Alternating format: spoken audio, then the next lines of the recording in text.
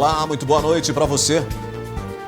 Morador denuncia degradação ambiental em mata e lagoa em Patos de Minas. Casos diagnosticados de tuberculose em Patos de Minas acendem alerta para a importância da vacinação. Após queda provocada pela pandemia, Feira do Produtor registra melhora nas vendas. Dia Mundial da Limpeza é celebrado de maneira diferente por causa da pandemia. Uso excessivo de produtos de higiene provoca aumento dos casos de alergias. Atlético pode chegar à liderança do Brasileirão neste sábado. Cruzeiro joga em busca de sequência de vitórias para se afastar da zona da degola na Série B. Mamoré dá início aos treinamentos e anuncia mais 2 contratações para o módulo 2 do Mineiro. Novo teste de Covid com dispositivo portátil possibilita a testagem com menos custo e tempo. Na nossa série de entrevistas com os candidatos a prefeito de Patos de Minas, vamos receber a Águida Helena, do Partido dos Trabalhadores. O NTV News já está no ar.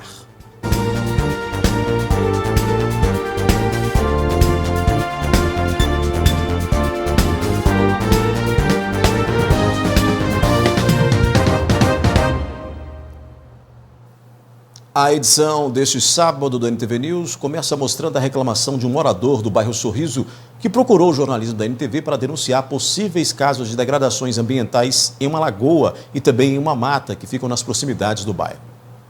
Muito lixo. Ao redor da lagoa, toda a mata foi queimada. Um local que antes era motivo de orgulho para o bairro. Mas com o avanço da urbanização, a imagem da lagoa não é mais a mesma. A lagoa, que é alvo de reclamação dos moradores, fica entre os bairros Sorriso e Quebec, aqui em Patos de Minas. No local, dá para ver que a água ainda é cristalina, só que existe muita poluição, inclusive com objetos que são jogados na lagoa. Segundo os moradores, por aqui há vida e, como nós podemos ver nas imagens, há peixes e muita gente até pesca no local. Além de pescar no local, a população também toma banho por aqui. Essa moradora mesmo já flagrou por diversas vezes crianças nadando no local. Esse dia mesmo eu já vi. Danei com eles, certo? Eles não saíram, continuaram a nadar. E eu já vi gente morrendo aqui, tirando gente aqui da lagoa. Às vezes as mães saem para trabalhar, né? Não vê, né? E eles pulam lá dentro e ficam nadando. Tomar banho aqui é muito perigoso. Além de animais mortos que são jogados na lagoa, também existem os animais peçonhentos. Eu já vi cobra, aquela sucuri atravessando aqui. Precisava de arrumar uma cerca aqui para proteger, que está perigoso. A mata que é preservada e que está ao redor da lagoa também sofre os impactos da ação humana. As queimadas aqui são constantes. Aqui, inclusive, essas áreas de cá e de cá, eles falam que são reservas florestais. E se são reservas, eu acredito que tenha algum órgão responsável, né, por essas reservas. E aqui tem muitos animais, tem capivara, sabe? A gente passa, fotografa eles aqui, ó, na beirada, eu acredito que até fugindo, né? Porque, como vocês estão vendo, tá tudo queimado, ó, de cá, de lá. Do lado de cá ontem tinha um foco muito grande. Graças a Deus parece que não progrediu o incêndio, mas queimou uma boa parte, como vocês podem ver, e a gente fica triste, né? Sem saber a quem pedir ajuda, os moradores fazem um apelo de socorro pela mata. Como cidadã, como moradora do bairro, eu apelo para algum órgão, né, que dê uma olhadinha para cá, cuidar mais um pouquinho, né, que a gente fica muito triste com o cenário, com a situação. Eu acho que mais por parte dos moradores também, né, que eu acredito que sejam pessoas que passam e ateiam fogo, né, porque o mato está bem seco. Então qualquer ponta de cigarro eu acredito que vá criar um incêndio mesmo. Então que eles tenham mais consciência, né, gente, porque prejudica não é só a mim, não é só o pessoal, os vizinhos. Eu acho que é toda a população. Os políticos podiam dar jeito disso aqui para nós, né? Dar uma ajudinha, né? Olhar isso para nós. Olha até que a natureza, acabou com a natureza, pôs bastante fogo ali, né? Olha daqui, ó, você tá vendo? Queimou tudo. De vez em quando eu passo aqui, eu acho que as autoridades competentes, elas deveriam zelar pela natureza, porque a gente vê tanta gente preocupada com a natureza, falando de Amazônia, falando de tanta coisa, e você vê uma coisa dessa aqui que poderia ser um lugar para a gente participar, né? Por olhar, curtir isso aqui, porque lindo é, né, cara? Só falta cuidado. Cuidado, você vê que não tem nenhum, esse aqui está mais do que deixado as traças, né? Em nota, a Prefeitura de Patos de Minas disse que a represa Vale do Amanhecer está na área do loteamento Angra dos Reis 1. A Secretaria Municipal de Planejamento está analisando o processo desse empreendimento para então certificar quem seria o responsável pela urbanização da represa. A partir dessa informação, de acordo com o texto, a CEPLAN saberá quais medidas são cabíveis. A nota diz ainda que a consulta deverá ser realizada na segunda-feira. No entanto, o texto ressaltou que não há na ouvidoria nenhuma denúncia de moradores da região sobre os problemas apontados aí pelos moradores. Ou seja, o caso não teria sido denunciado ainda diretamente à ouvidoria do município. Esta semana, uma criança com apenas 8 meses de idade foi diagnosticada com tuberculose e permanece internada para os tratamentos médicos. O caso acende o alerta para os riscos da não vacinação. Dados da Vigilância Epidemiológica apontam que este ano 16 pessoas contraíram a doença em Patos de Minas. O bebê de apenas 8 meses foi diagnosticado com a bactéria no fim do mês de agosto desse ano. Segundo informações, a criança não teria se vacinado com a dose da BCG, vacina usada principalmente na prevenção da tuberculose. Até hoje, a criança está internada e a Vigilância em Saúde diz que o caso é isolado. É um caso atípico por serem um bebê, né? Não se espera que um bebê venha a ter a doença, né? A doença ela é passível de imunização. O bebê ele é vacinado até o 5º dia de vida, quando ele vai fazer o teste do pezinho, né? E a vacina BCG, ela está disponível em todas as unidades de saúde. É uma vacina do calendário de rotina, né? É uma vacina que a população tem acesso a ela, né? Então, no caso do bebê, aconteceu aí uma coisa totalmente inesperada, né? A tuberculose é uma doença infecciosa e transmissível que afeta prioritariamente os pulmões, mas também outros órgãos e sistemas. Erivaldo explica que uma pessoa contaminada tem um alto poder de transmissão, principalmente pelo ar através da tosse constante. Uma doença transmissível por via aérea, né? É uma doença de alta periculosidade, né? Ela afeta principalmente os pulmões, mas ela pode ser de várias formas, tá? Ela pode ser de forma disseminada, pode ser ganglionar. Então, tem vários sítios onde a doença pode acometer o organismo da pessoa, né?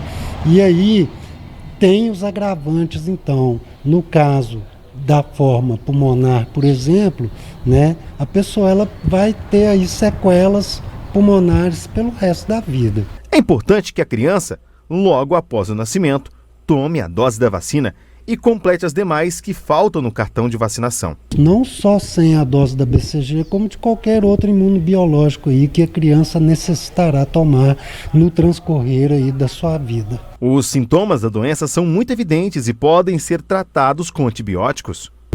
Tosse por 15 dias ou mais, inapetência, falta de apetite, né? Desânimo, né?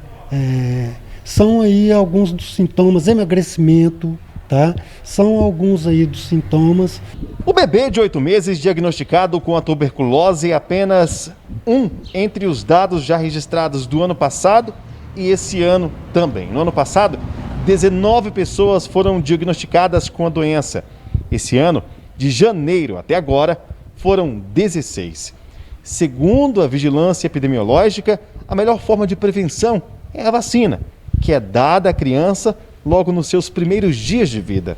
A gente pede para que a população, né, fique atenta com relação ao seu estado de saúde, para que possa procurar aí então uma intervenção médica que seja favorável, né, para que ela tenha a manutenção da sua saúde e para que ela, em decorrência de alguma doença que seja transmissível, não venha a transmitir essa doença. É importante frisar que o tratamento medicamentoso, ele é de amplo efeito, né? A pessoa, ela para de transmitir a doença logo quando ela começa a fazer o tratamento. procurar a imunização, né? Não pode deixar passar, não. Daqui a pouco nós vamos falar de futebol. O Atlético pode chegar à liderança do Brasileirão neste sábado. O Cruzeiro joga em busca de sequência de vitórias e, claro, para se afastar da zona da degola na Série B. Vamos falar do Mamoré, que já deu início aos treinamentos e anunciou mais 2 contratações, reforços para o módulo 2 do Mineiro. E mais, após queda provocada pela pandemia, a Feira do Produtor Rural registra melhora nas vendas.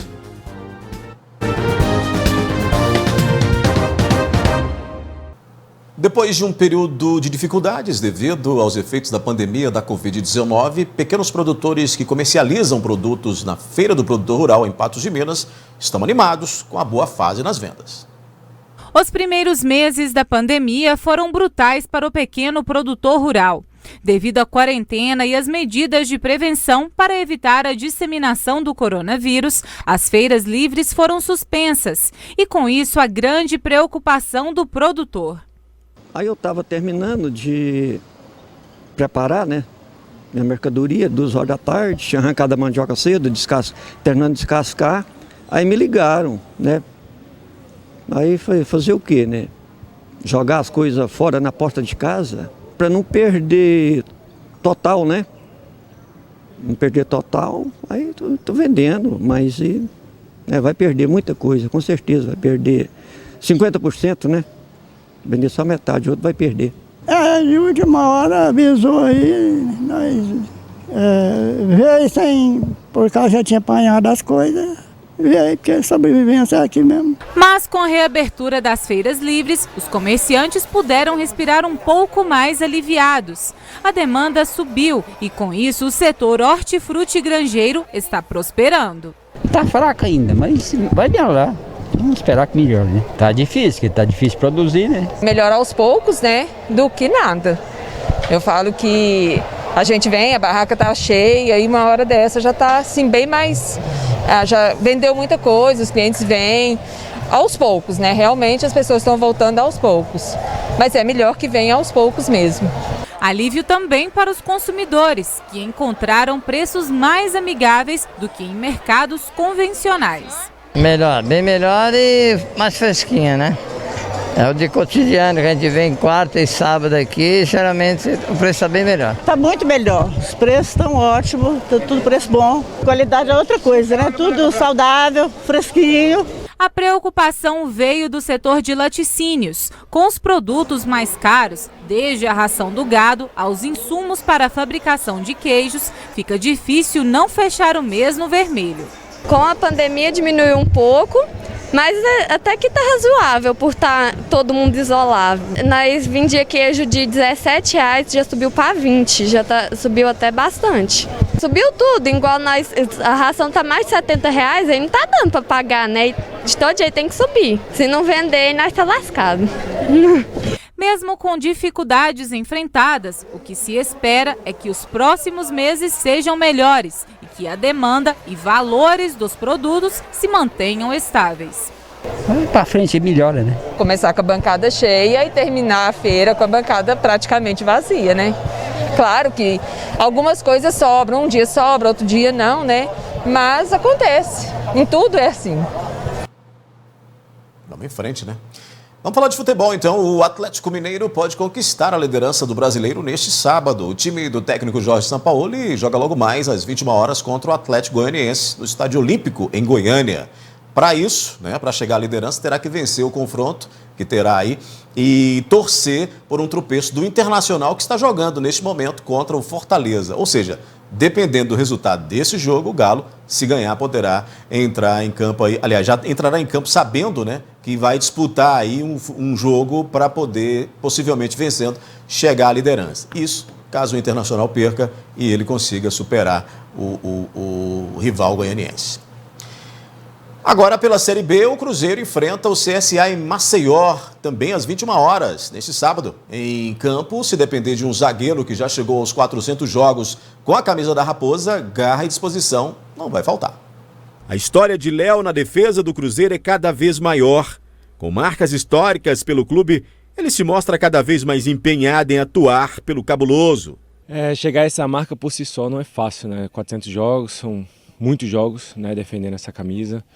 né, muitos títulos, muitas alegrias, né, uma marca que é de se comemorar, né, com muito orgulho, com muita honra, com muito prazer, por essa camisa já ter passado inúmeros craques e poder alcançar essa marca tanto quanto eles alcançaram. Isso para mim é uma alegria muito grande, uma honra muito grande poder defender essa camisa e poder cada vez mais alcançando e chegando a marcos aí com essa camisa, com as 5 estrelas, que é um manto aí que a gente sempre busca defender e alcançar o nosso máximo aí. O time estrelado vem de vitória, mas precisa continuar pontuando para fugir da zona da degola e dar confiança ao elenco.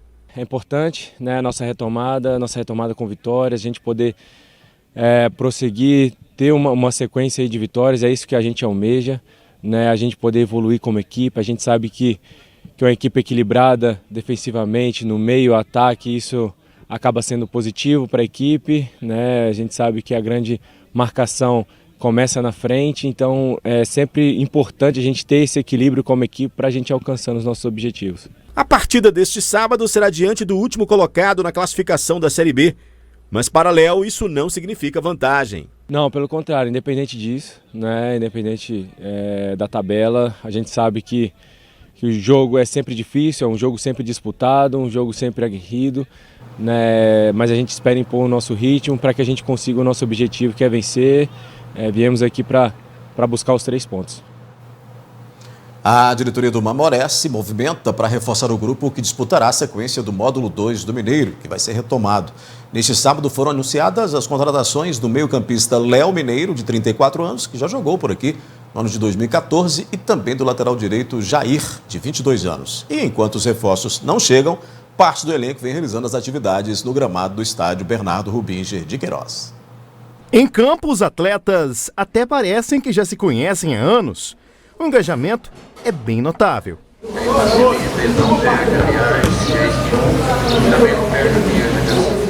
Só que, na verdade, quase todos são novos por aqui. Alguns jogadores já passaram pelo clube, como o goleiro Cleison e o zagueiro Jean.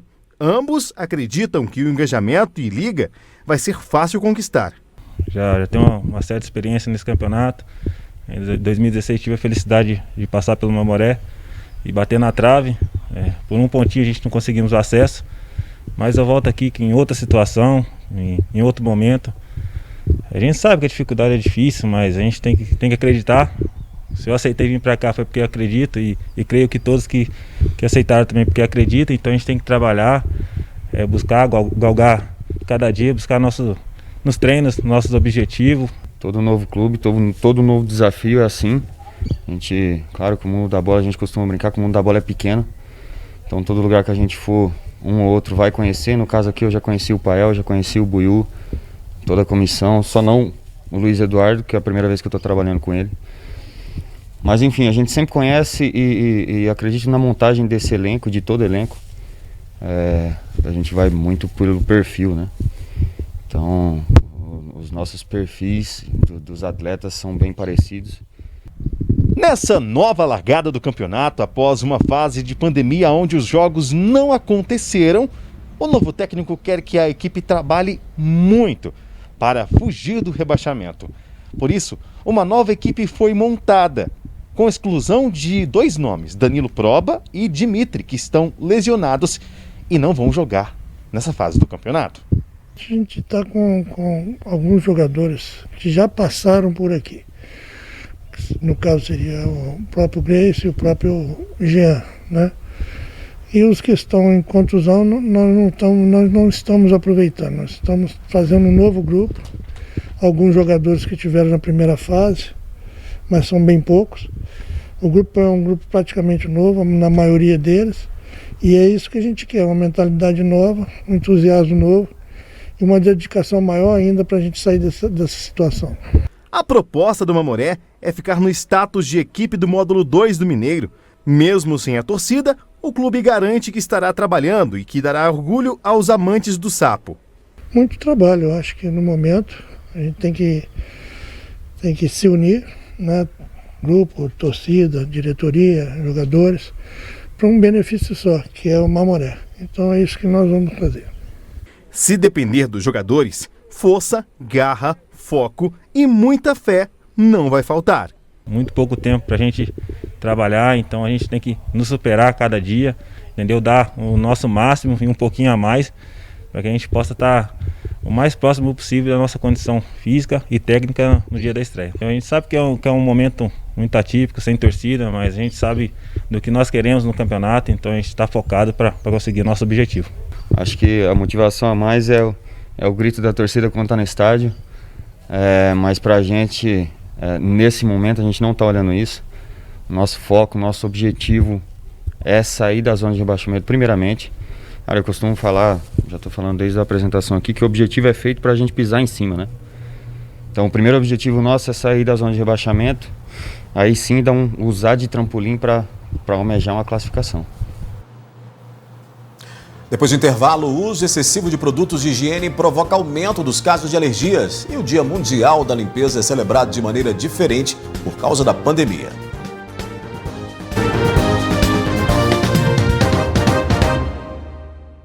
Dia 19 de setembro é o Dia Mundial da Limpeza, mas diferente dos anos anteriores, as atividades em celebração à data foram realizadas de maneiras diferentes em todo o mundo. Sem poder ir aos parques, às nascentes e outros locais por causa da pandemia, os defensores do meio ambiente se comprometeram com a limpeza de locais bem mais próximos de suas residências. 7 bilhões de seres humanos produzem anualmente 1 bilhão e 400 milhões de toneladas de resíduos sólidos urbanos, uma média de 1,2 quilos por dia per capita. Quase a metade desse total é gerada por menos de 30 países, os mais desenvolvidos do mundo. Patos de Minas integrou mais uma vez o grupo de 180 países que se mobilizaram no Dia Mundial da Limpeza. A ação simboliza a necessidade de conscientização da sociedade para o grande problema que é o descarte irregular de lixo.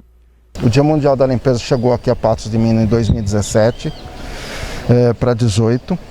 Em 18, o primeiro movimento foi conscientizar as pessoas o tanto de lixo que a gente acumula. Então nós fizemos um movimento aqui na Lagoa Grande, na Lagoinha e na Lagoa e no Parque Mocambo. Acumulamos 3.500 toneladas de resíduo.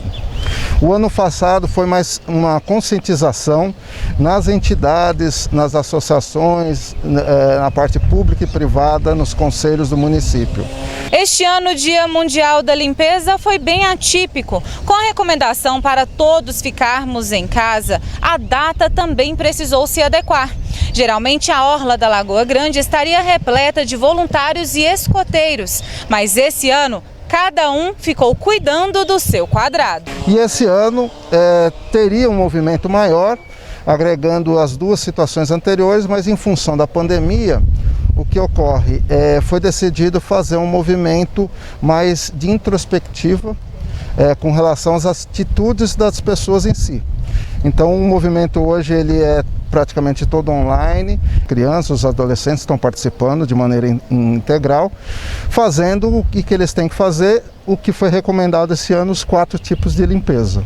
São a limpeza ambiental, que é a normal, que foi feita nos anos anteriores, porém cada um no seu quadrado. Então as pessoas podem fazer a sua limpeza no jardim de sua casa, dentro do terreno de casa, na chácara, na área rural, e fazer um antes e o depois, e ter a consciência do que está sendo feito em matéria do quê? Um consumo excessivo, muitas vezes, e um descuido com relação à deposição desse material posterior. Uma segunda limpeza é a limpeza mental, onde as pessoas elas devem fazer um momento de oração, um momento de reflexão, bem como uma situação de meditação e enxergar o quanto eles impactam no planeta. Um terceiro movimento seria a limpeza digital, onde as pessoas vão acumulando nos seus celulares, nos seus notebooks, tablets, excesso de informações que são muitas vezes desnecessárias.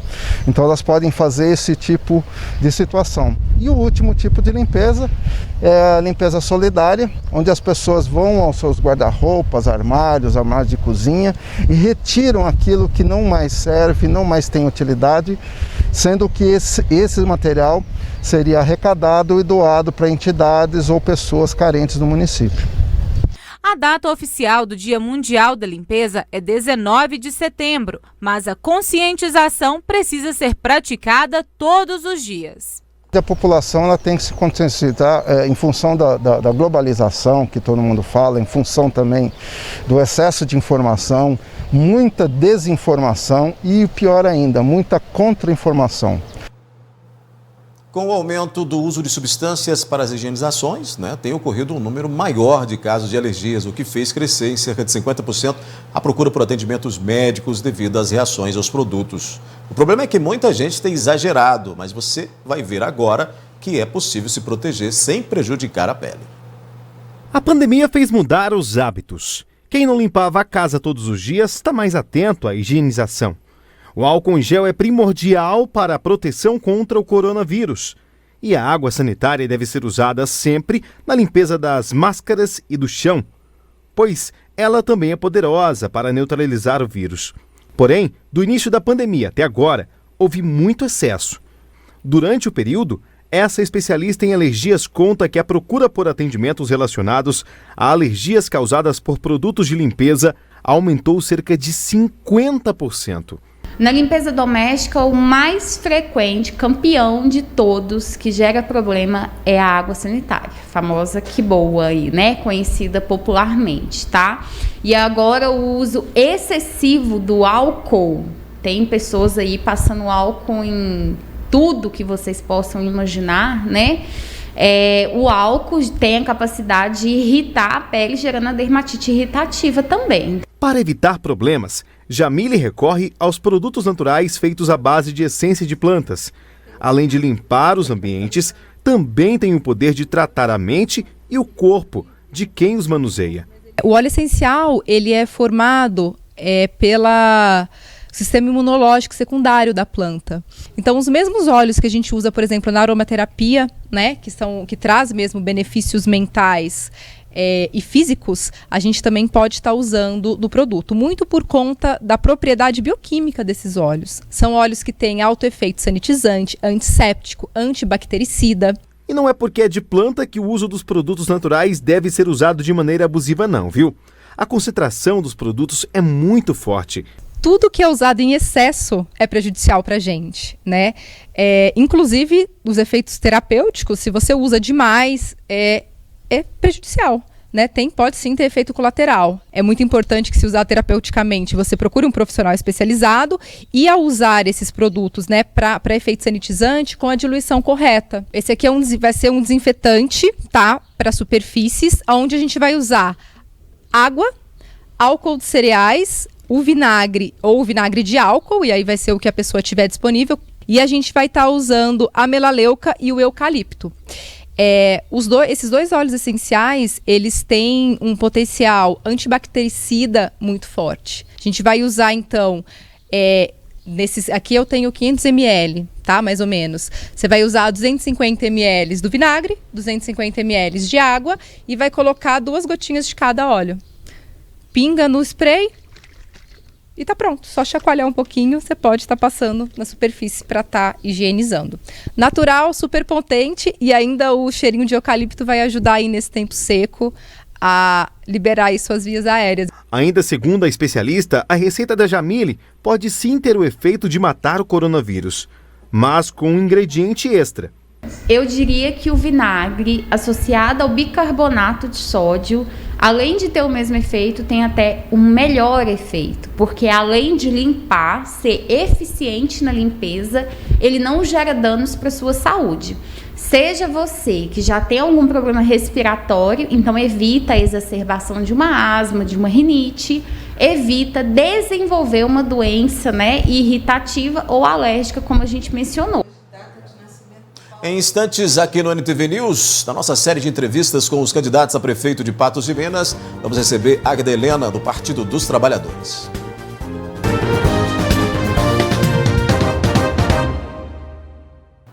O NTV News vem realizando uma série de entrevistas com os candidatos a prefeito ou à prefeitura de Patos de Minas, postulantes ao cargo do Executivo.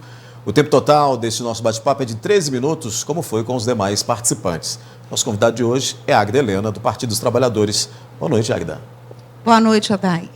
Boa noite a todos que estão nos assistindo. Bom, Águida, quando os candidatos chegam aqui, a primeira pergunta é justamente essa apresentação desse candidato. Nós temos a partir de agora, como eu disse, 13 minutos. E a minha primeira pergunta para você é o seguinte: você é servidora pública estadual, trabalha no Hospital Regional como enfermeira e coloca seu nome para a disputa eleitoral, né? Quais as motivações para poder enfrentar esse desafio aí, essa disputa para o cargo máximo aí do município?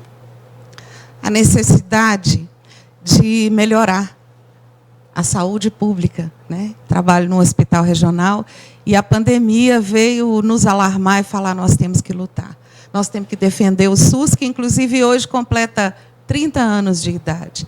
Temos muito o que comemorar e temos muito no que avançar. Infelizmente, estamos sofrendo ataques, desmonte, atenção primária, e vai ficando complicado. Eu estava vendo tuberculose voltando, né? Então, o compromisso com a população, com os trabalhadores, nos fez pensar muito como Partido dos Trabalhadores. Sou presidenta do partido.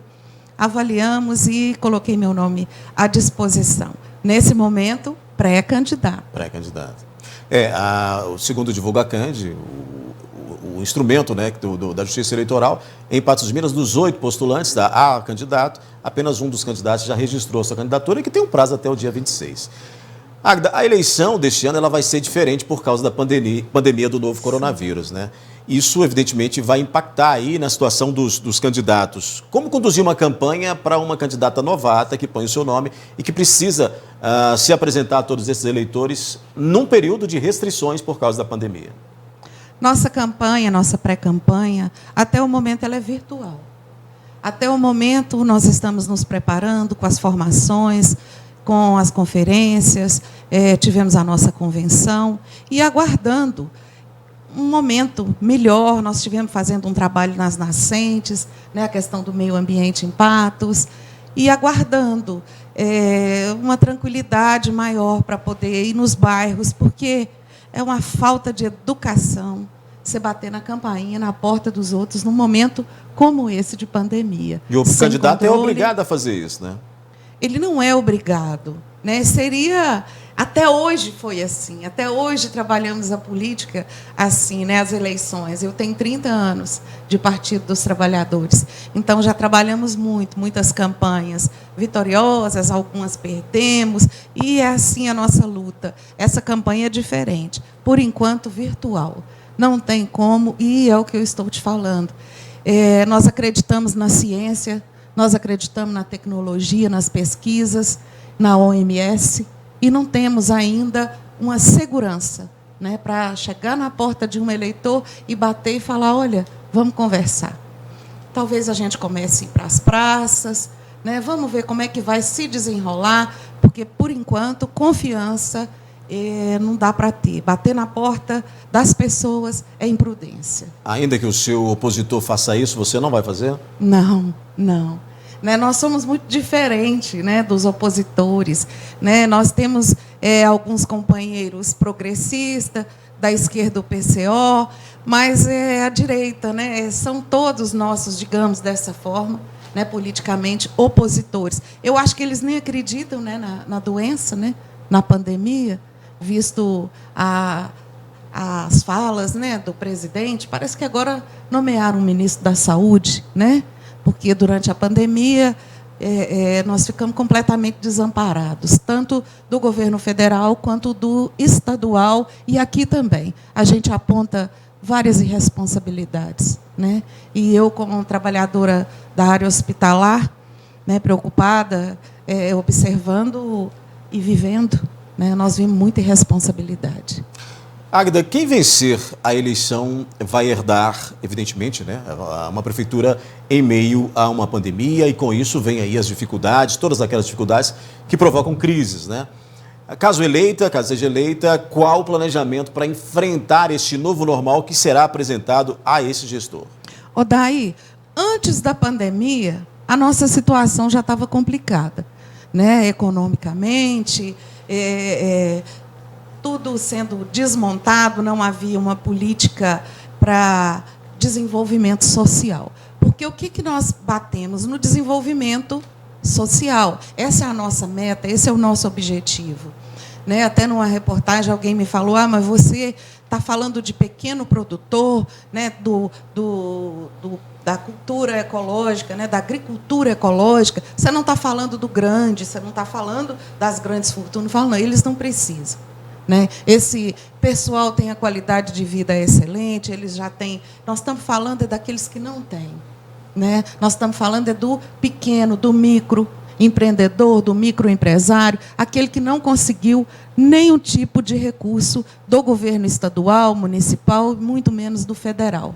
Né? Então, a nossa política, a nossa proposta, ela é voltada para o desenvolvimento social. Então, o que eu posso te falar? É o que eu te falei que eu trouxe aqui, para a gente não confundir datas, nada melhor do que falar das conquistas do nosso município enquanto os governos do Partido dos Trabalhadores estiveram, né, lá em Brasília, estiveram governando o nosso país. Então, eu prefiro trabalhar dessa forma. Vamos falar no que é possível, né, no que nós já conseguimos e no que pode ser feito e no que a gente acredita que deve ser feito para todos, para todos. O Partido dos Trabalhadores, ele não tem grupos políticos, ele não tem o agronegócio, ele não tem as grandes fortunas como objetivo e plano de governo. Nosso objetivo, nosso plano de governo é com a educação, é com a saúde, é com o desenvolvimento social de quem é esquecido, de quem não tem. E nisso a gente pode citar, por exemplo, Minha Casa Minha Vida, né, que trouxe a casa confortável, com segurança, né, o Bolsa Família. Eu estava vendo aqui, 2.600 famílias foram atendidas até 2016 com o Bolsa Família. Isso é muito importante, né? Isso é uma renda mínima, porque a gente sabe que é pouco, mas livra uma família da fome, né? Do desespero da fome que nós estamos vendo voltar. Hoje eu vendo que 10 milhões de pessoas estão sem ter o que comer. Isso não podia acontecer. Né? Esse retrocesso, que crescesse o país, e tem que crescer mesmo. Inclusive, ele foi 5ª melhor economia mundial quando estava o Lula no governo. É esse crescimento que a gente quer. Não é crescimento para poucos grupos, para a elite, é para todos. Né? Lembra do desenvolvimento social, que chegou a um índice, assim, acho que 3º melhor do mundo. Esse índice de desenvolvimento, ele não é avaliado só no centro da cidade. Ele precisa estar na periferia. Então, tem que ter a escola, tem que ter a saúde. É alarmante quando você vê que Patos de Minas tem 89 bairros e me parece que 18 postos de saúde. Então, tem alguma coisa errada. Esse governo não está sendo para todos. E eu falo da zona rural também, porque aqui nós trouxemos a informação do projeto, do programa, que foi o Luz para Todo. Foi 1,100 ligações de energia elétrica na zona rural em 2015. Então, isso são programas do governo do PT, do Partido dos Trabalhadores, que nós queremos trabalhar. Nós não vamos discutir o plano e o projeto de governo da direita. Nós queremos apresentar o nosso. Né? Passar isso aqui para a população, porque é possível. Hoje, todo mundo tão cansado com político. Né? A mídia, o judiciário, criaram o golpe. E, de lá para cá, o que melhorou na vida das pessoas, dos trabalhadores? Só desmonte, eu falo, pelo trabalhador, a reforma da Previdência. Né? Então, nós queremos apresentar o modo petista de governar, para todos. Aqui, nós temos aqui, dados do ProUni. 2,1 mil bolsistas.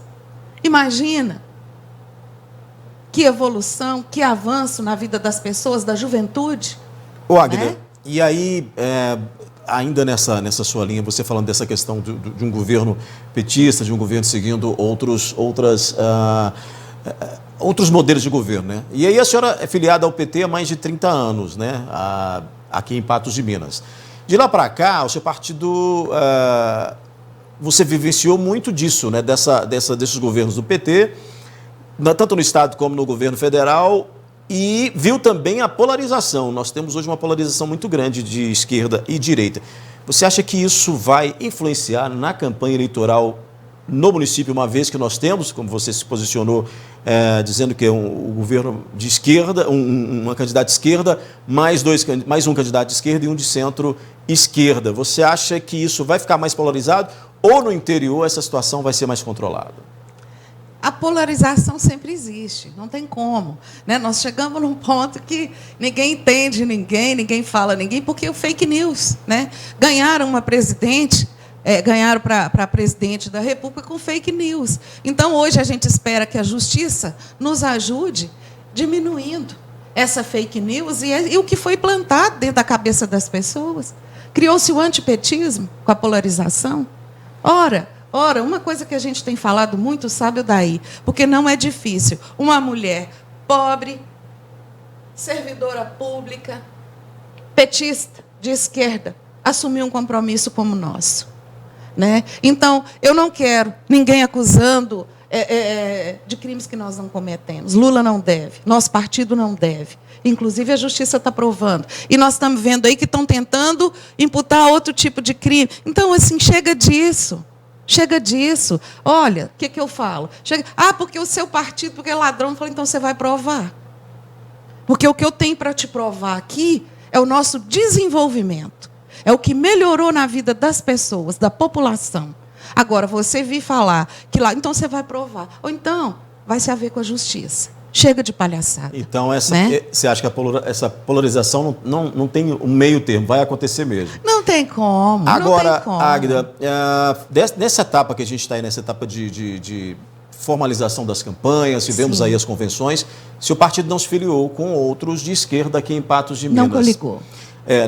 Não coligou. Não seria o momento, então, de somar essas forças no município ou faltou acerto aí entre as siglas para chegar a esse ponto? Não, nós somos poucos no sentido de partido registrado. Né? PCdoB não tem registro, o PSTU não tem registro, o PSOL não tem registro.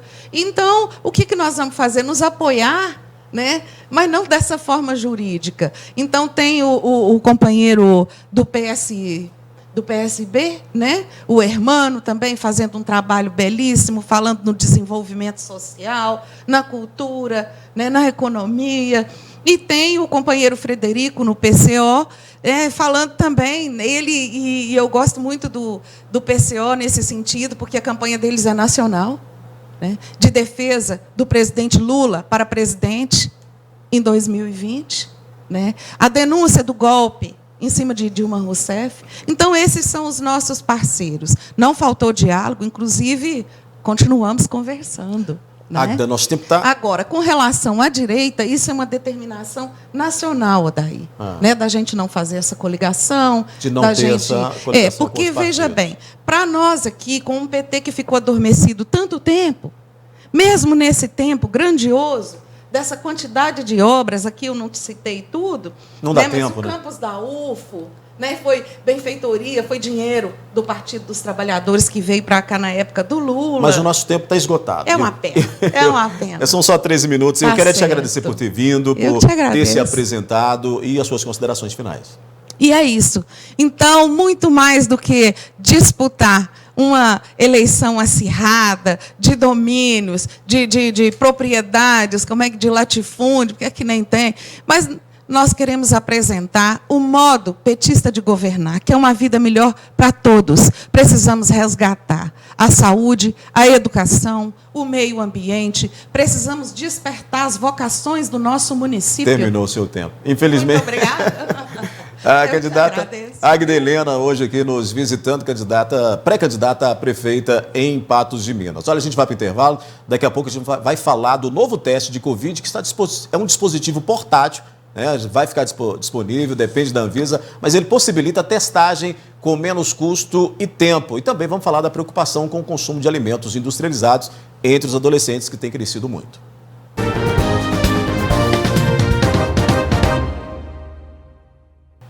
O novo boletim epidemiológico divulgado neste sábado pela Secretaria de Estado de Saúde de Minas Gerais mostra que foram confirmados 268.009 casos até agora do novo coronavírus no estado. Nas últimas 24 horas foram registrados 2.824 ocorrências da doença em Minas e mais 82 mortes, o que eleva para 6.656 óbitos entre os mineiros. Ainda de acordo com os dados, 233.463 pessoas conseguiram se recuperar. Nós não temos o levantamento de casos em Patos de Minas, uma vez que a Prefeitura não divulga boletins aos sábados e nem aos domingos. Portanto, só na segunda-feira para essa atualização. Pesquisadores da Fiocruz, em parceria com uma empresa de tecnologia, desenvolveram um dispositivo portátil que possibilita a testagem da Covid-19 com menor custo. O equipamento chamado OmniLamp dá o resultado do teste em até 30 minutos. Para começar a ser utilizado, o aparelho só depende agora da certificação da Anvisa. As cores revelam o resultado. Se é rosa, é negativo. Amarelo, positivo para a Covid-19. A mistura de saliva e reagentes é colocada no aparelho, capaz de processar 5 amostras por hora, de forma parecida ao PCR.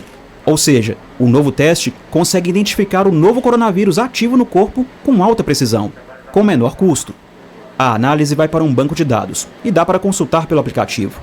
A criação é fruto de uma parceria entre a iniciativa privada e a Fiocruz Minas, ligada ao Ministério da Saúde. O nosso papel nessa parceria é exatamente perceber como que essas tecnologias disruptivas elas podem chegar ao mercado.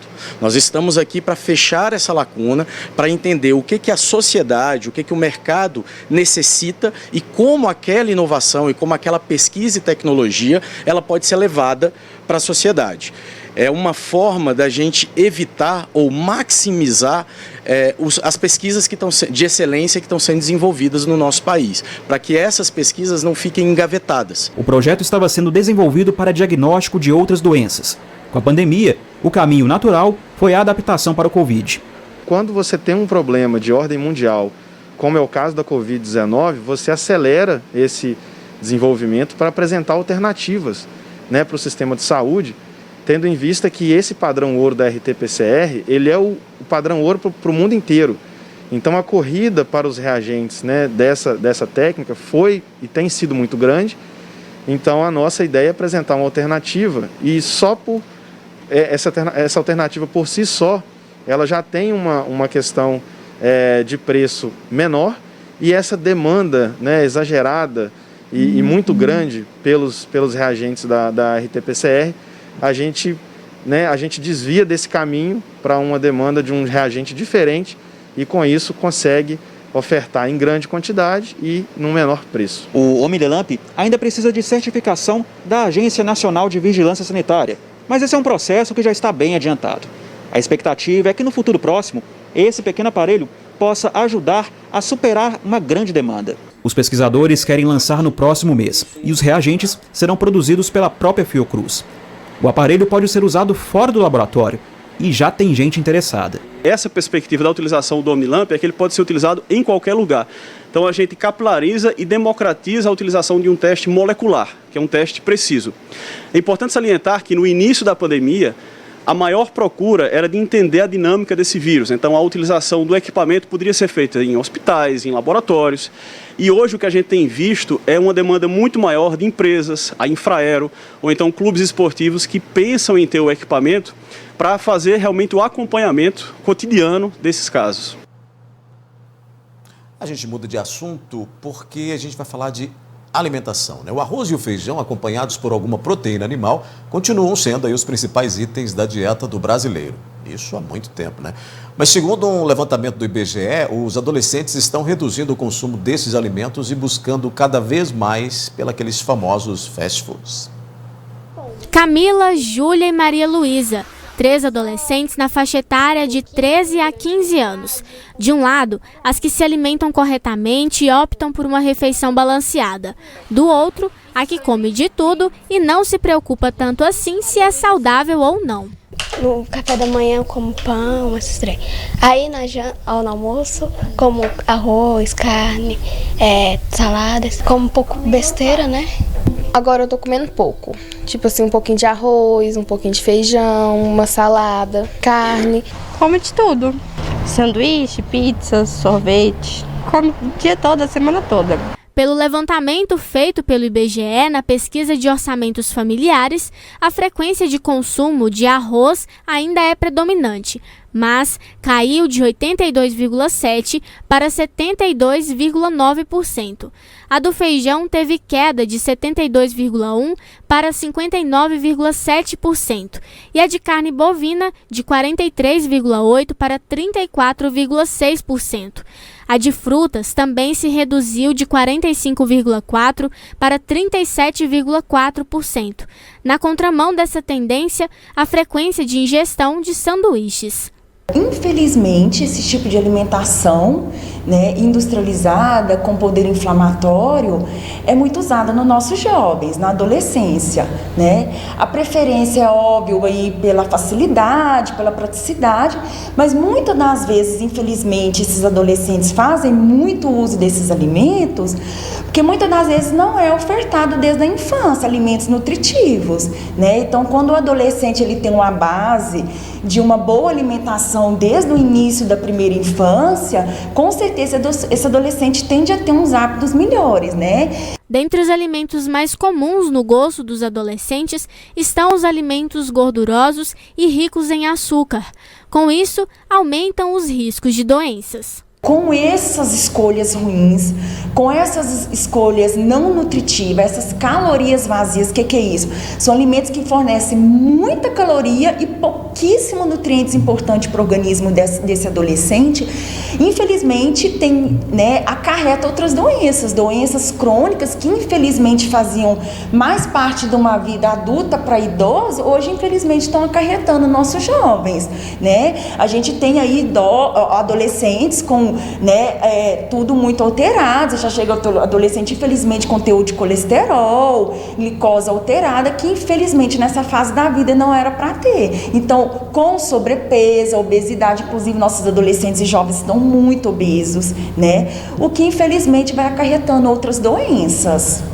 De acordo com a nutricionista, muitos especialistas e empresas já se preocupam com essa alimentação, principalmente a dos jovens, e já oferecem produtos mais saudáveis, mesmo em fast foods. Da mesma forma que tem os deliveries com os alimentos calóricos, hoje a gente já encontra muito essa linhagem de alimentos com ofertas com menos redução de açúcar, farinhas brancas, que trabalha essa dinâmica aí, atendendo esse público da adolescência infantil que gosta tanto de alimentos calóricos, porém com ingredientes mais saudáveis.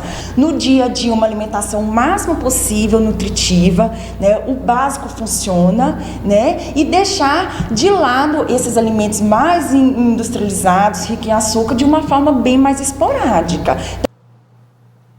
Alimente-se muito bem, né? Alimentar bem é buscar aquele alimento saudável, e é lógico que é isso, mas é buscar mais do que isso, é qualidade de vida, né? Tá aí realmente aproveitando todas essas dicas importantes que a entrevistada acabou de dar. Assim a gente encerra a nossa edição de hoje. A NTV News volta segunda-feira às 19 horas. Obrigado pela companhia, tenham todos uma excelente noite, um bom fim de semana e até segunda.